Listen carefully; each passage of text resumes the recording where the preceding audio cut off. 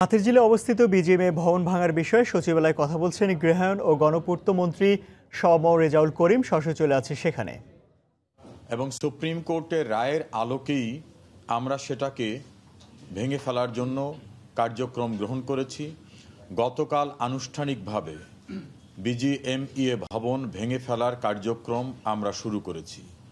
ইতোমধ্যে ভবনটিকে আমাদের দখলে নিয়েছি। ভবনে অন্য কারো প্রবেশ নিষিদ্ধ করেছি। ভবনে সেবামূলক যে সকল সংযোগ ছিল একেবারে প্রয়োজনীয় সংযোগ ছাড়া অন্যান্য সংযোগ বিচ্ছিন্ন করেছি। এই ভবনটি ভাঙার জন্য একটি পরিবেশ তৈরি করা প্রয়োজন।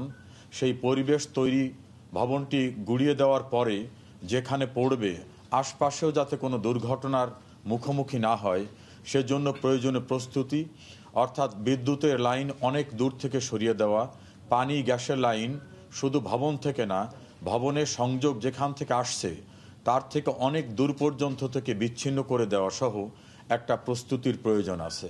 কারণ অতীতে আমাদের অভিজ্ঞতা, র্যাঙ্কস প্লাজা ভাঙতে গিয়ে অনাকাঙ্ক্ষিতভাবে বেশ প্রাণহানি হয়েছে।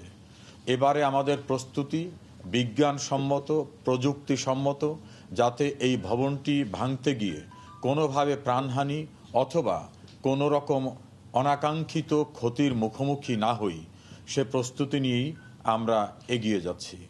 আজকের সকল জাতীয় দৈনিকে আমরা বিজ্ঞাপন দিয়েছি যে এ জাতীয় ইমারত ভাঙায় যারা অভিজ্ঞ তাদেরকে ২৪ তারিখের মধ্যে কোটেশন দাখিল করার জন্য আমরা অনুরোধ করেছি।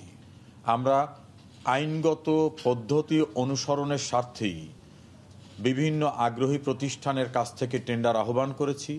২৪ তারিখের ভিতরে টেন্ডার পেয়ে আমরা ২৫ তারিখের মধ্যেই সিদ্ধান্ত গ্রহণ করব যে কোন সংস্থা উপযুক্ত, যাদেরকে দিয়ে এটা ভাঙা সম্ভব হয়।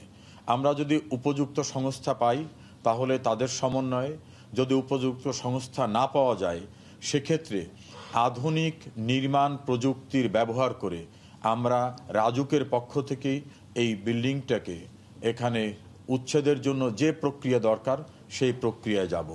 যেহেতু এ জাতীয় একটি ইমারত ভাঙতে হলে অন্য যারা আগ্রহী প্রতিষ্ঠান তাদেরকে সুযোগ দেওয়ার একটা বিধান রয়েছে, সেই সুযোগটাকে আমরা কাজে লাগাবো।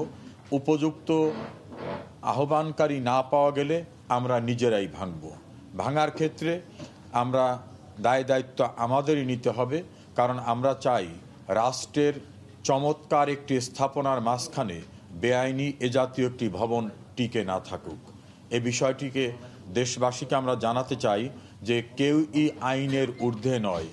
যে যেখানে বেআইনি ইমারত নির্মাণ করবেন বা স্থাপনা নির্মাণ করবেন তাদের সকলকেই আমরা আইনের আওতায় আনতে চাই, যাতে কেউ দর্প নিয়ে বলতে না পারে যে আমি ইমারত নির্মাণ করে ফেলেছি, এখন আর কিছু করার নাই। আমরা আইনের শাসন প্রতিষ্ঠার স্বার্থেই এই পদক্ষেপগুলি কার্যকর করতে চাই।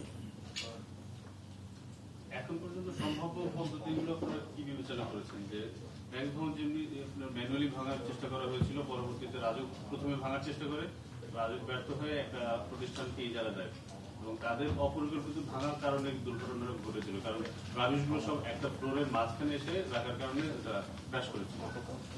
সব দিক বিবেচনা করে আপনাদের সম্ভাব্য কোনো হাতিরঝিলে অবস্থিত বিজিএমএ ভবন ভাঙার বিষয়ে সচিবালয়ে কথা বলছেন গৃহায়ণ ও গণপূর্ত মন্ত্রী রেজাউল করিম। আমরা সরাসরি ছিলাম সেখানে।